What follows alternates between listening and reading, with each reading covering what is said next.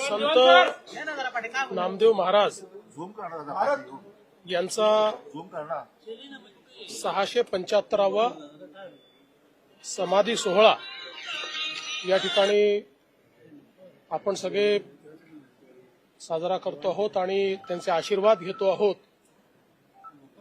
संतांचं जीवन, त्यांचा जन्म, त्यांची समाधी या सगळ्या गोष्टी अतिशय प्रेरणादायी असतात आणि त्यातून आपल्याला निश्चितपणे केवळ विचारच नाही तर एक मार्ग देखील मिळत असतो. आणि संत नामदेव तर असे होते की ज्यांनी आपल्या भागवत धर्माला वैश्विक धर्म केलं आणि वारकरी विचाराला देशाच्या कानाकोपऱ्यामध्ये पोहोचवलं. आणि म्हणूनच या संपूर्ण वारकरी पंथामध्ये अतिशय मोठं कार्य हे त्यांचं आपल्याला पाहायला मिळतं. आणि केवळ त्यांचंच नाही तर त्यांचा अख्खा परिवार 14 लोक या ठिकाणी समाधी घेतात. मातोश्री जनाबाई ज्या खरं म्हणजे त्या काळच्या सामाजिक विषमतेचा एक भाग होत्या, पण ज्या प्रकारे त्यांनी या संतांच्या मांदियाळीमध्ये अभूतपूर्व कार्य केलं, अशा सर्व संतांचं या ठिकाणी विचार साजरे झाले पाहिजेत या दृष्टीनं आम्ही सगळे आलो आहोत. आत्ताच आम्ही ज्याला आपण नामदेव पायरी म्हणतो त्या ठिकाणी जाऊन त्यांचं स्मरण केलेलं आहे, कारण त्याच ठिकाणी त्यांची समाधी आहे.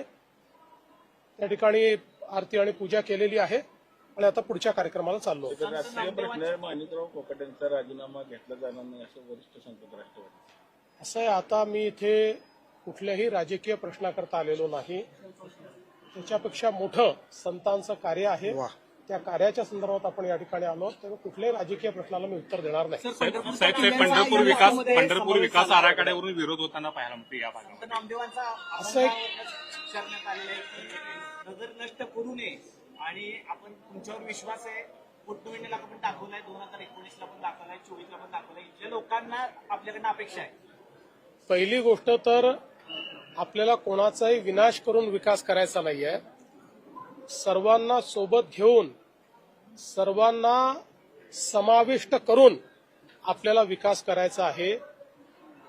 ज्यांच्या दुकानं किंवा ज्यांच्या घरांवर आपल्याला त्या ठिकाणी कॉरिडॉरमुळे जर काही कारवाई करावी लागली तर त्यांना अतिशय चांगल्या पद्धतीनं या ठिकाणी समाविष्ट करून घेण्यात येईल.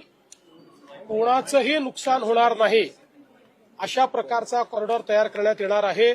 पण कोट्यावधी लोक या ठिकाणी येतात आणि त्यांची अव्यवस्था होत राहते, हे मात्र योग्य नाहीये.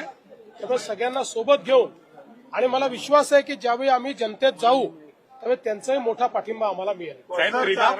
सांगितलं जात नाही कशा पद्धतीने कॉरिडॉरचा आराखडा एकदा पूर्ण झाला की सगळ्यांना विश्वासात घेतलं जाईल. आपण बघितलं असेल, काही लपवण्यात आलेलं नाही.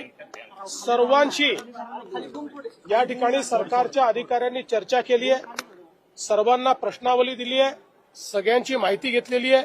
कुठेही लपून छपून काम चाललेलं नाही. जे काम आहे ते उघड काम आहे, उघड काम होणार आहे, कारण चोरी नाही आहे.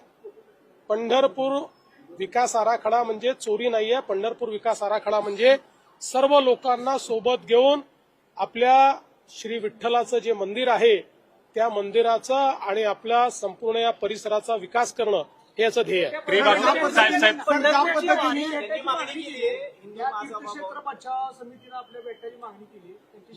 मी सगळ्यांना भेटीन, पण विशेषतः मला असं वाटतं की पुढाऱ्यांपेक्षा जे प्रत्यक्ष या ठिकाणी त्यांनी बाधित होणार आहेत त्यांना भेटणं हे अधिक महत्वाचं आहे. त्यांच्याही लोकांना भेटेल, पण पुढाऱ्यांना भेटायचं पुढाऱ्यांना भेटेल. त्रिभाषा धोरणावरून केंद्रानं स्पष्टीकरण दिलं, तर राज्याचं स्पष्टीकरण काय असणार आहे? इथे मी कुठल्याही दुसऱ्या प्रश्नाला उत्तर देणार नाही. राज्यपालांनी जी वक्तव्य केलेलं आहे की अशा पद्धतीनं भाषिक वाद झाले तर गुंतवणूक देशात त्याची येऊ शकेल, कधी नुकसान. इथे फक्त आपण श्री विठ्ठलांवर, श्री नामदेवांवर, आई जनाबाईंवर बोलण्याकरता एकत्रित आलो आहोत. मंदिराचा परिसर आहे, एवढंच तुम्हाला सांगतो की राज्यपाल जे आहेत, जे योग्य आहेत ते राज्यपाल बोलतात. राज्यपालांना कुठल्याही राजकीय वादात ओढणं योग्य नाही.